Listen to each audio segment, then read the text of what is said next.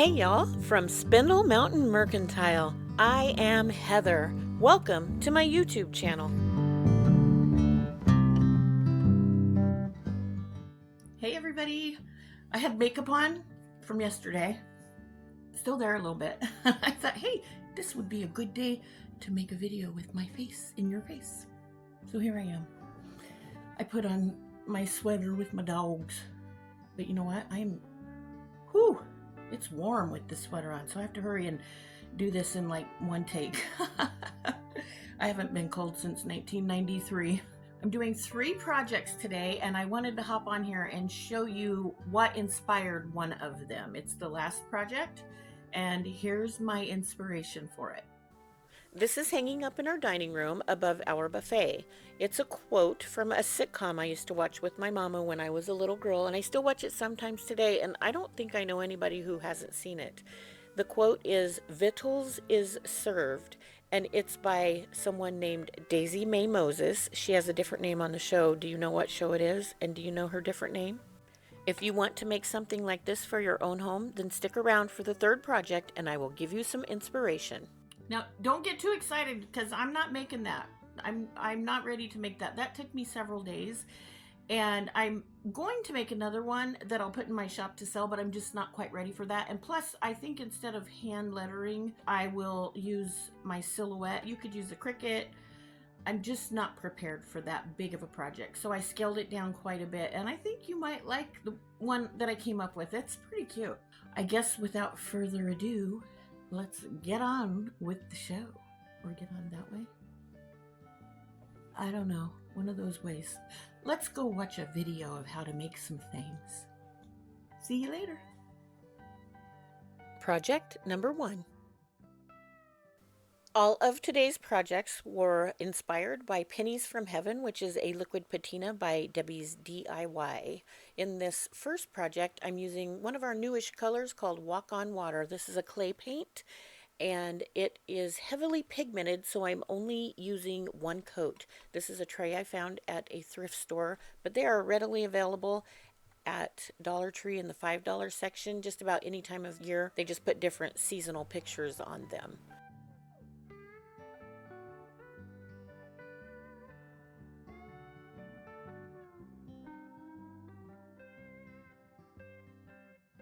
I painted inside the handle cutouts, and I also painted along the top rim.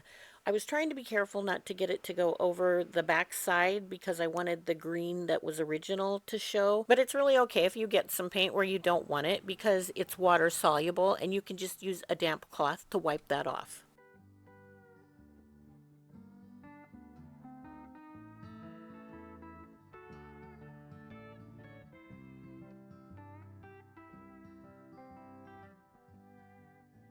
Depending on the size of the can or jar I'm mixing paint or patina in, I like to use either this milk frother that's rechargeable, or if it's a bigger can, I use this handheld submersible blender. I found both of these on Amazon. In my description, I will leave a link for all my Amazon products. If you use my links to buy anything from Amazon, they will give me a small compensation, but it won't raise your price at all.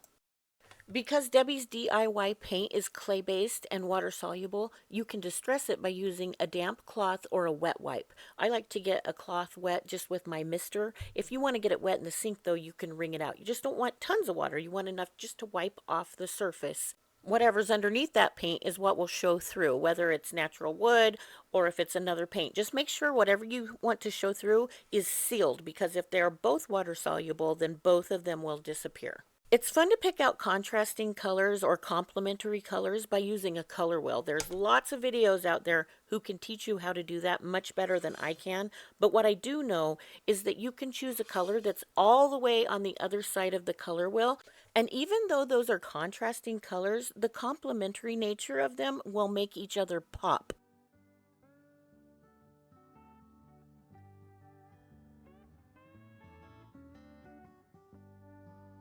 Don't forget to seal your clay-based paint. I like to use this Rustoleum matte finish, and it has a little dial at the top that helps it come out smoother. And I'm going to attach my picture with this Titebond Quick and Thick. Both of these I also buy on Amazon. When I was applying the Quick and Thick, I thought I put way too much, but I did not. I could have put a lot more. In fact, around the edges and the corners, I had to peel the picture back and add some more because they weren't sticking well enough.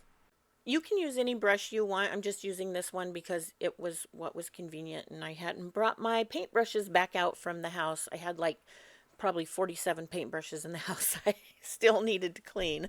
You want to make sure you don't have any lumps, but it can be pretty thick.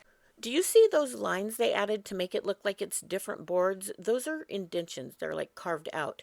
My picture has lines in it, so I didn't worry about it. But if those will show through your picture, you might want to putty them and then sand them before you put the glue down. I used my scissors to trim the bottom piece of the picture. I wish, though, I would have left it in place and used a razor blade. That way I would have gotten a straighter edge. If you do that, make sure you cut off your razor blade knife to where it's a brand new blade so that it will be super sharp and you won't have any frayed pieces of canvas.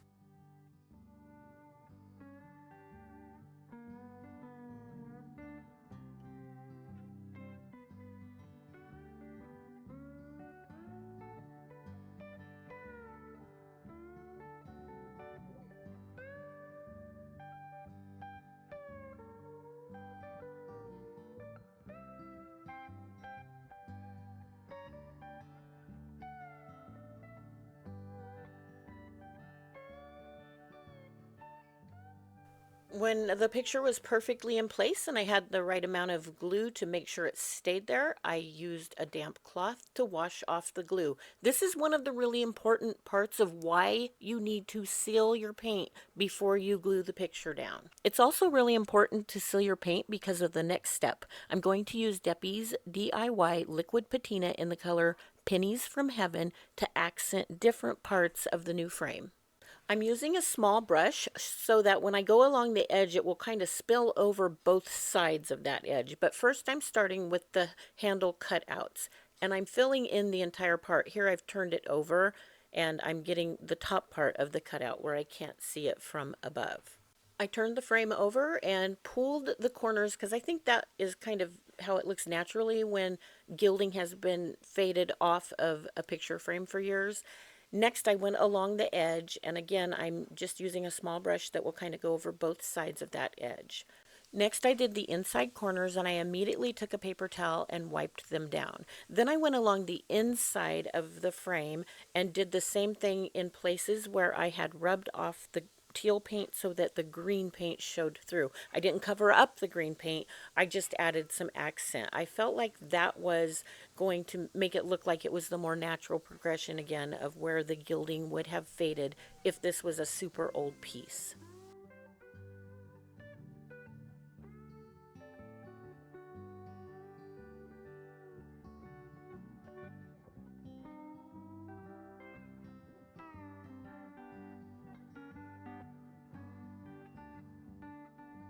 I tried to be purposefully random with the areas I chose to gild because I didn't want it to look like a pattern. Don't you wish you could be purposely random in life? I think I'm really, really random. And in my brain, it always makes sense, but other people are like, wait, what? I'm so confused. I'm like, no, no, it was purposeful, I promise. One place I was purposefully not random was around the sides of the picture. It had a little gap, even though like even right here where I cut it with the razor blade, there was still kind of a gap. And I think that's just because the way the frame angles out when it goes up, there was a space and I wanted that to be covered up. So I came up with an awesome idea. I thought at the time the awesome idea would be to paint that little gap with the pennies from heaven, but it wasn't. I mean, that worked. It looked good, but I think it needed to look gooder. Awesomer. It needed to be awesomer-ist. I like words.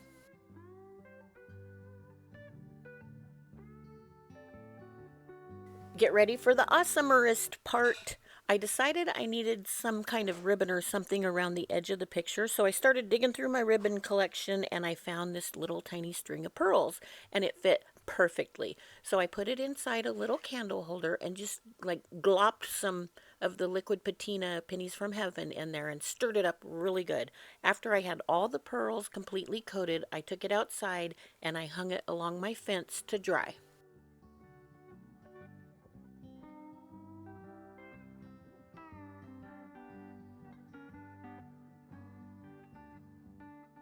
You're probably going to ask yourself, why is Heather's work surface so clean here? It's because by the time I realized I needed ribbon or something around the picture, I was already in the house taking my staged pictures. So I just brought everything in and finished it here on my couch. I thought I had that glue too thick, so I went back and wiped it with a damp cloth, but it really was okay. I keep 2 bottles of Quick and Thick ready to use at any given time. One of them I cut the tip off lower so that it has a bigger hole and I can just pour it out practically. The other one has a smaller tip because of things like this. And I thought I just put it on too thick. Like I said, I didn't. And it's okay even if it's a little thick because it dries clear.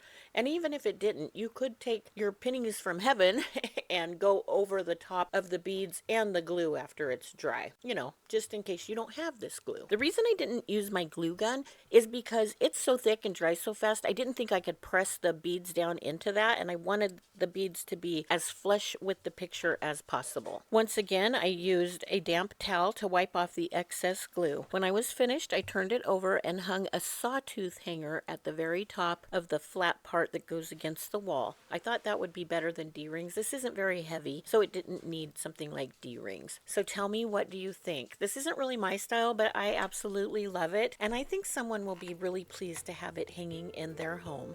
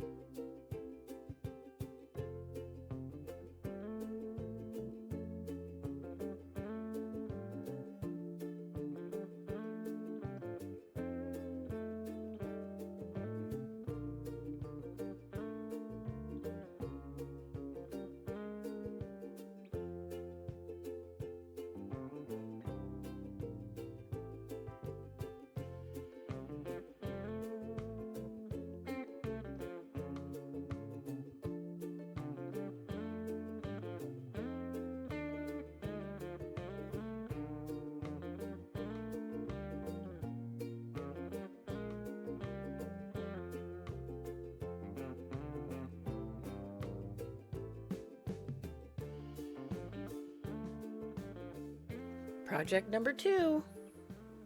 I found this clock holder in my stash. I had bought it at a thrift store, brought it home, took it apart, and was going to do something with it. I lost the clock pieces. So now it's going to be something else. So I'm getting out my Pennies From Heaven. I keep saying Debi's DIY, but Debi's DIY is the clay paint. It's actually, the company is called Debi's Design Diary.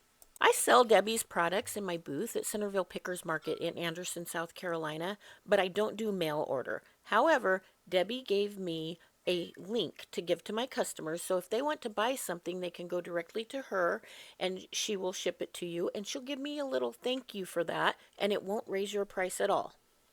I'm using a little bit wider brush for this project, but it's the same idea as the last one, where you put enough of the paint so it will pool over both sides of the edge where you are painting. After I covered all of the scroll work at the bottom, I went up to the top where it's made out of wood. And this part right here, I'm making it a little bit thicker so it will look like it's an outline. Then I went to the secondary parts and I just went around the edge of those and I wiped it off with a towel so it wouldn't be as bright as the areas where it's an outline.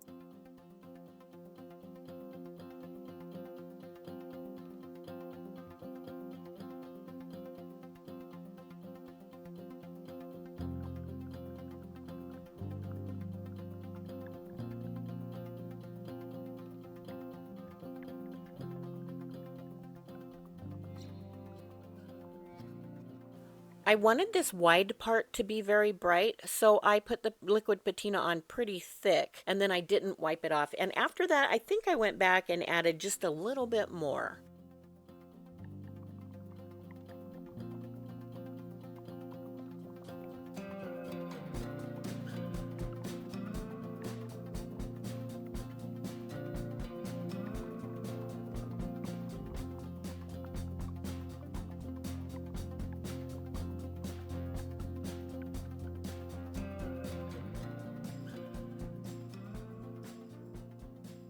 Debi's liquid patina dries very quickly, so if you want it to just be a faint hint of what you painted on, wipe it off immediately. If you want it to be a little bit thicker, then just wait a few moments longer. You don't want to wait very long though, or it won't wipe off at all. In various places, I didn't want it necessarily gone, I just wanted it to be thinner, so I used my fan brush to just kind of pull it away from the thick part. I decided to paint the inside of the back of where the clock face used to be. I thought that would make what I'm putting in there pop more. I left in this next part to show you kind of how my brain thinks when I'm making something, but I don't really know what the end product's going to look like. It's totally okay to just kind of pile up your stuff as you go and see what looks good. I did know I wanted whatever animal I was going to put in there to be elevated, so I got out a little wooden bead and I gave it a really thick coat of the liquid patina. Then I glued it into the bottom of the open part.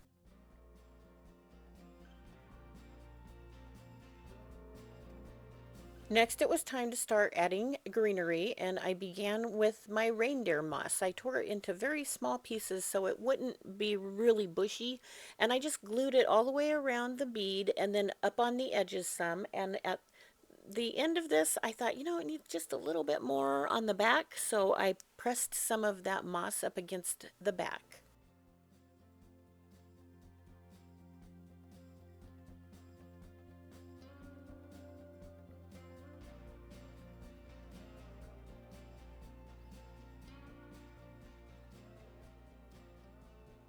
I did the florals in layers, and the next step was greenery. I just found this in my stash. It was probably from Dollar Tree, or to be honest, I probably found it on the side of the road. I'm telling you, go to rich people neighborhoods to find greenery and florals.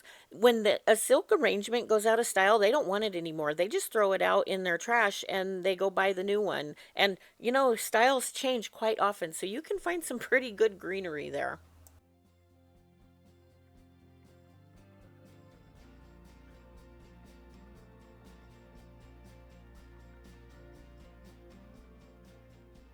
To give this piece some whimsy, I wanted some of the greenery to peek around the edges, so I put some glue on the rim and then I added it back behind the rim on the sides, and I just held the greenery down until it was dry. I remembered to get out my little doohickey so I wouldn't burn my finger. That's just from Dollar Tree.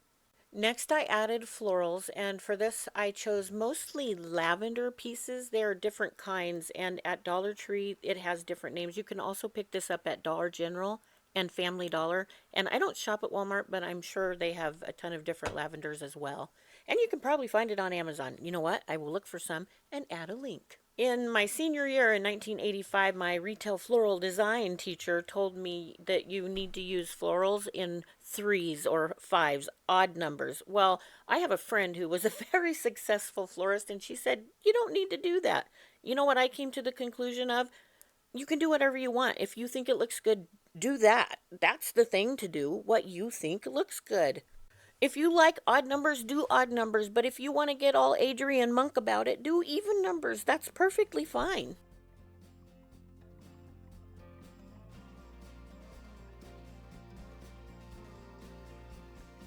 Well, you're not going to be surprised if you know me at all. I chose a bird as the animal to display in this. It has little wire legs, so I just straightened them out, and it was serendipitous. I used a bead because I glued the legs inside that hole. I had a little bit of purple ribbon left over from last week when I did the apothecary cloches, so I just glued it on like it was the end of a bow, the ends of a bow. And then I had a little piece of lavender from the bottom of the stem, and I trimmed it so that it looked like it was a piece from the top. You know how they get pointy at the top? And I glued it on, and then I had one little pretty blue paper flower left, and I glued it right on top instead of having a bow.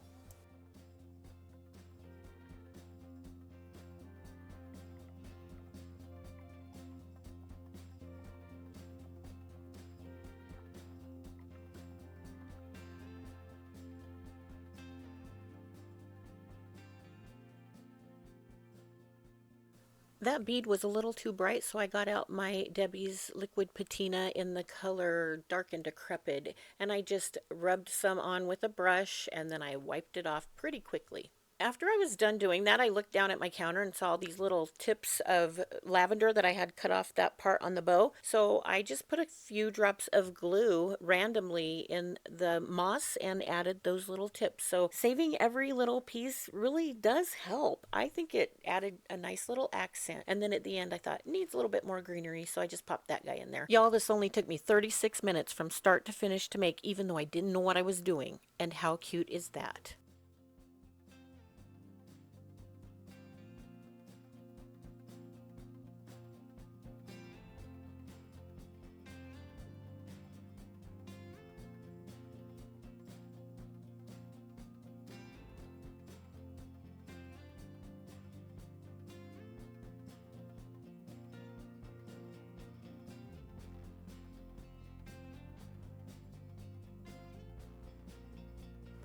Project number 3.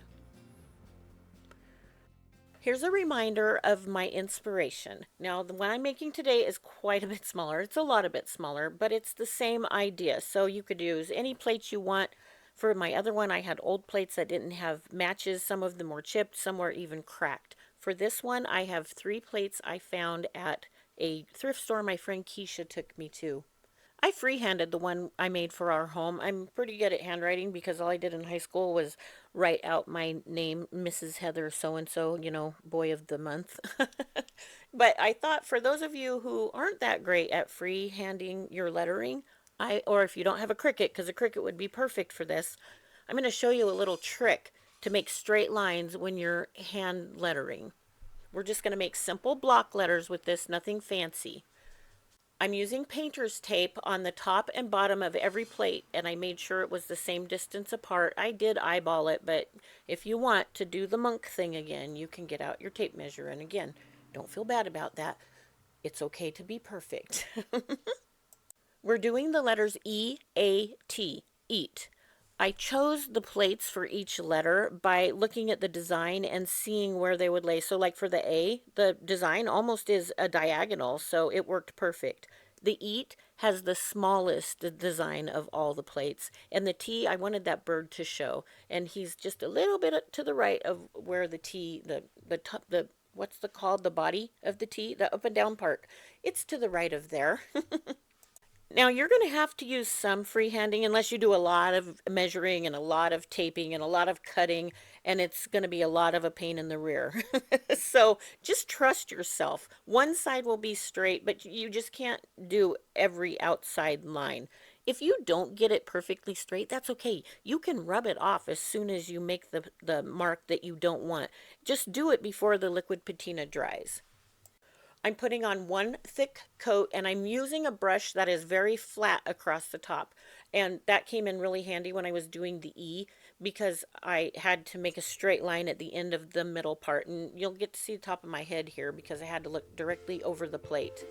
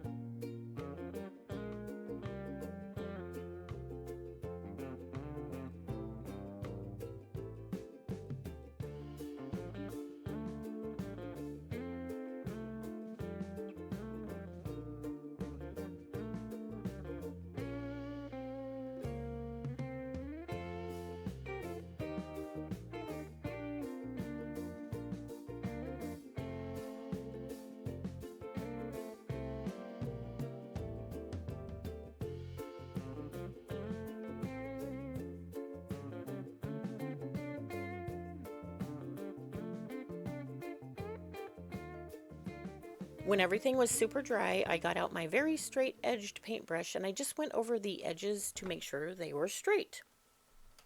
If you're not good at this part, don't worry about it. Just get it as straight as you can. If you want to put another piece of tape down right now, you can. But we're going to come in after this part with a black marker, a paint marker. I think I got mine at Dollar Tree, but I did find some on Amazon that I think would be equally as good. And I just started making lines. I did 2 lines on every edge. And then I went back later and added, I think, 2 more lines. And I always make sure I add the same amount of lines when I'm doing lettering because, you know, if the paint fades, or if you forget where you were, it'll be a different thickness and possibly a different depth of color. So I just try to always double up or triple up all at the same time.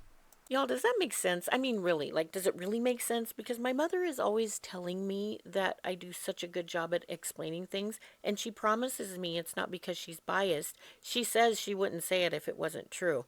But I don't know. She really likes me a lot, which is awesome. But I just wonder if I'm a good explainer or not.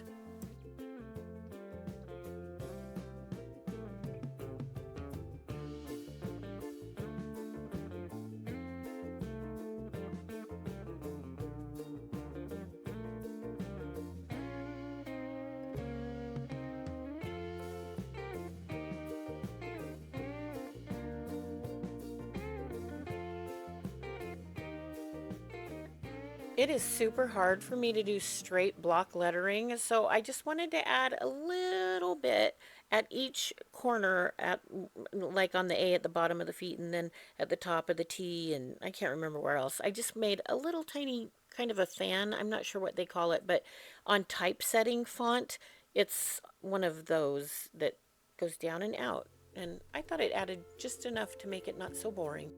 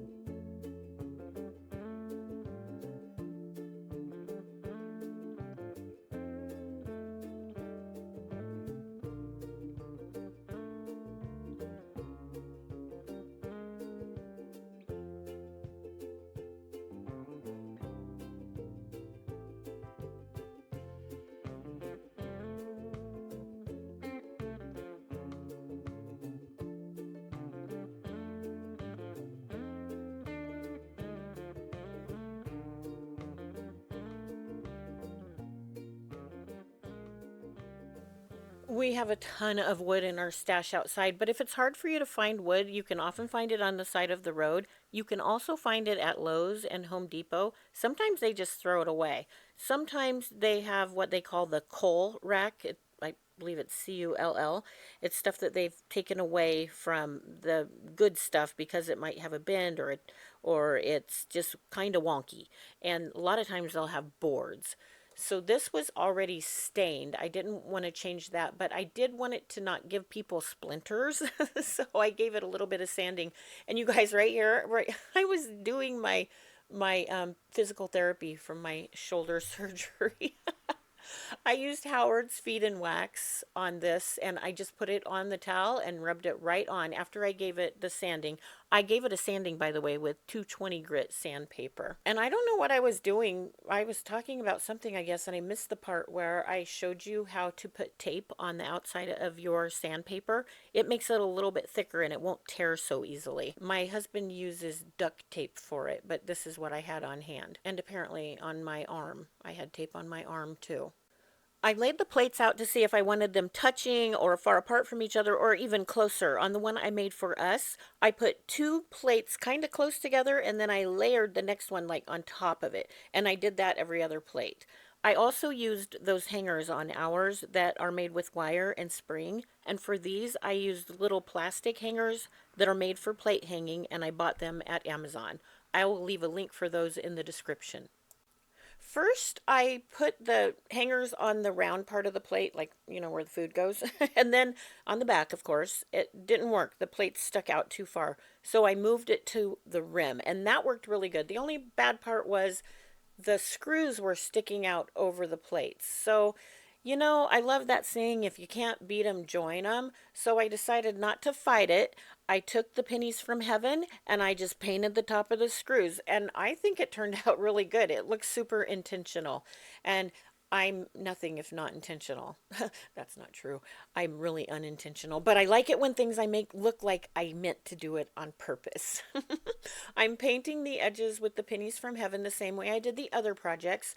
I'm using a wide enough brush that it goes over both sides of the edge. I used a towel to wipe it off, but this time I waited a little bit longer in between when I painted and wiped.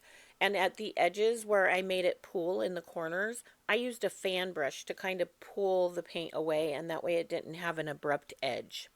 After I did the first side, I did start taking the brush after I put it in the paint, and I just kind of dabbed it on the paper towel so it wouldn't be as I didn't want it to have like pool right where I put it down. I wanted it to be just a little bit more of a dry brush effect.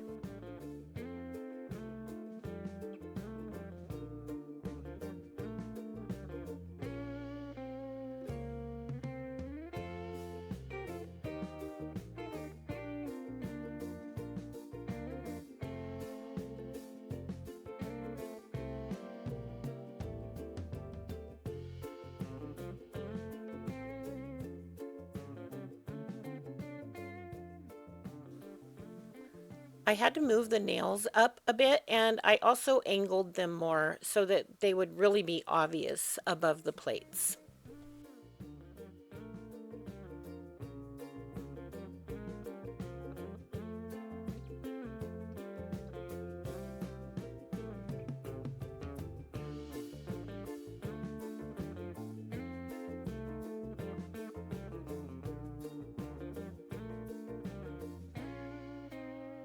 I got those screws covered up with pennies from heaven, and I think this turned out so good.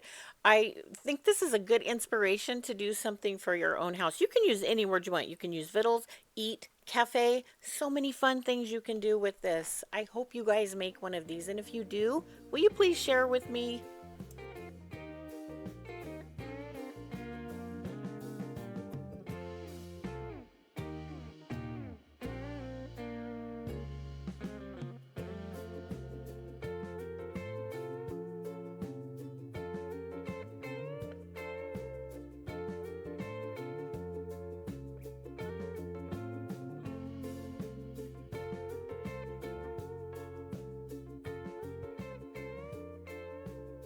Well, there we go. Here's all three of today's projects inspired by Pennies from Heaven by Debi's Design Diary. I love the way each of these turned out. I think they're all whimsical and fun, and they kind of each show my personality. I hope you guys like them too, and if you did, would you please give me a thumbs up? If you subscribe to my video and click that notification bell, you also won't miss anything in the future that I might make that's also whimsical and fun, and I would love that so much. Y'all make me feel so good with your comments. It's like with my dogs, they think I'm this wonderful person, and if I was like a fourth the person that you guys and my dogs think I am, I would be amazing. I just really appreciate you. And with that, I hope that you have a wonderful week until you see me next time, and as always, I hope you are blessed. Bye.